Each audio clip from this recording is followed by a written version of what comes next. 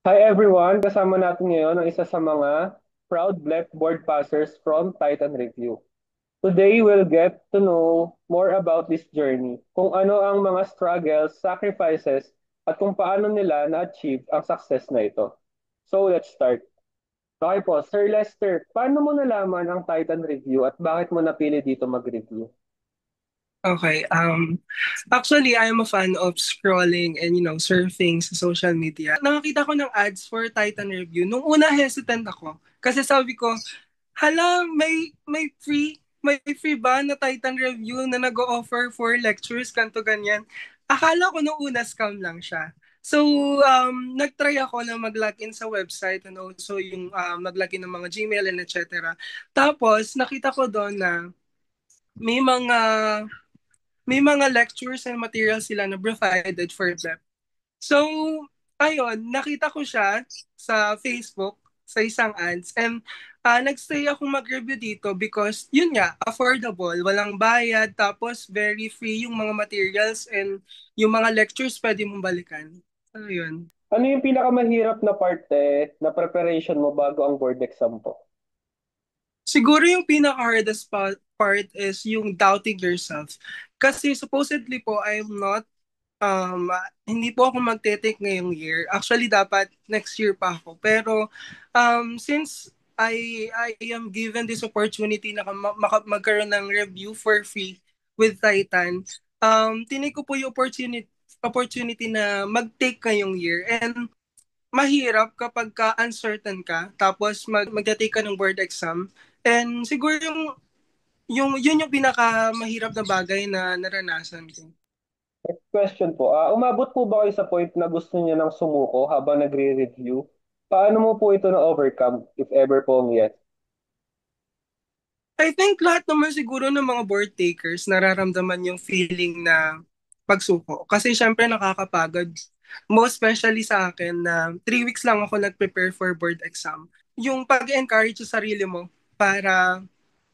um, para makuha yung gusto mo, I think isa yun sa mga bagay na kailangan nating i-consider. Then ano naman po yung subject or topic yung pinaka-challenging para sa inyo? Tapos paano mo siya tinutukan po? Challenging actually, siguro yung iba yung sasagot psychological assessment, pero ako, developmental psychology talaga. Dahil siguro yung pinagsamang TOP and then yung DevSci, very broad kasi yung topic na meron sila. And it's not just being broad and complex, but yung mga terminologies, kailangan mo siya talagang intindihin and not just intindihin, but to use it in a situational question or aspects. And nagulat ako kasi kung ano yung pa yung pinaka nahirapan ko, yun pa yung pinakamataas kong score sa word exam. Can you share po about kung paano po yung naging strategy or yung study routine nyo bago mag-exam po? Hala, lahat ng bagay kinakram ko talaga. I mean, not advisable and recommended yung strategy ko, pero for someone na mabilis makalimot ng mga subjects or mga lessons, I used to study bago or kapag ka malapit na yung board exam. So, kaya siguro yun yung reason ko kung bakit 3 linggo lang ako nag-review. And also, magandang bagay din kapag ka lumalabas ka ng comfort zone mo. Like for example, may instances kasi na tinatamad ako mag-review kapag ka nasa bahay ako. And I feel like mas gusto kong matulog lang, maghilata, humiga, and wala akong natatapos. Pero, nung lumabas ako, like for example, nag-cafe ako, etc., mas nagkaroon ako ng productivity. Mas naging productive ako na mag-review and also hindi lang doon, mas naintindihan ko pa yung mga lessons na nire-review. At siya naman po, during exam day po, ano yung nasa isip mo? Kinabahan ka po ba or confident kang maipapasa niyo po yung board exam? Actually, prepare ko kasi yung sarili ko at in-envision ko yung sarili ko na kapag ka nasa mismong araw na ako ng board exam, kailangan kong maramdaman na parang final examination lang siya sa school. Hindi ako gaano kinabahan. I am quite confident na magsagot, pero siguro nandun lang ako sa gitna. Okay? And yeah, feeling ko, one of the reason kung bakit ganun yung naramdaman ko is I am equipped with all the lectures and all the knowledge na tinuro sa akin with the lecturers na nagtotok dito sa Titan Review. Ano po yung naging reaction nyo nung nalaman mong pumasa po kayo sa BLEP or Psychometrician Licensure Examination? Parang feeling ko masaya naman ako. Pero kasi expected ko na. Wala, hindi, joke lang. Ano kasi, syempre masaya ako, una-una. And siguro pagkagising ko, kasi hindi ako yung una nakakita, yung mga kaibigan ko, tsaka yung pamilya ko. Pagkagising ko na lang, alam, birdbuzzer ka na, ganito, ganyan. Syempre, ako na to, ha? Nakagano ng, may tulala moment muna.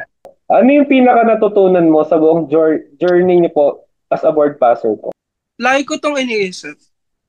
There's no time to doubt yourself. Kung gagawa ka ng isang bagay at kung may gusto ka talagang bagay, walang oras para magduda ka sa sarili mo because you are there and you are doing that because gusto mo siya. And alam ko na kaya mo ginagawa yon kasi you are capable and you are worth it para gawin yung mga bagay na yun. Anong message mo sa mga current Titan Review enrollees or future BLEP takers?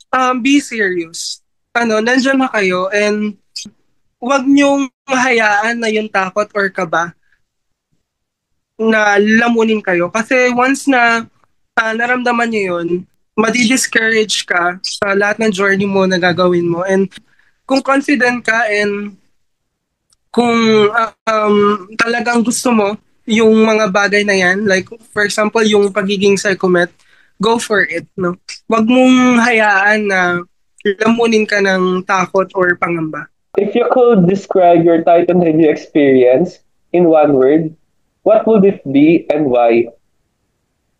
Pare, pang-Miss Universe siya.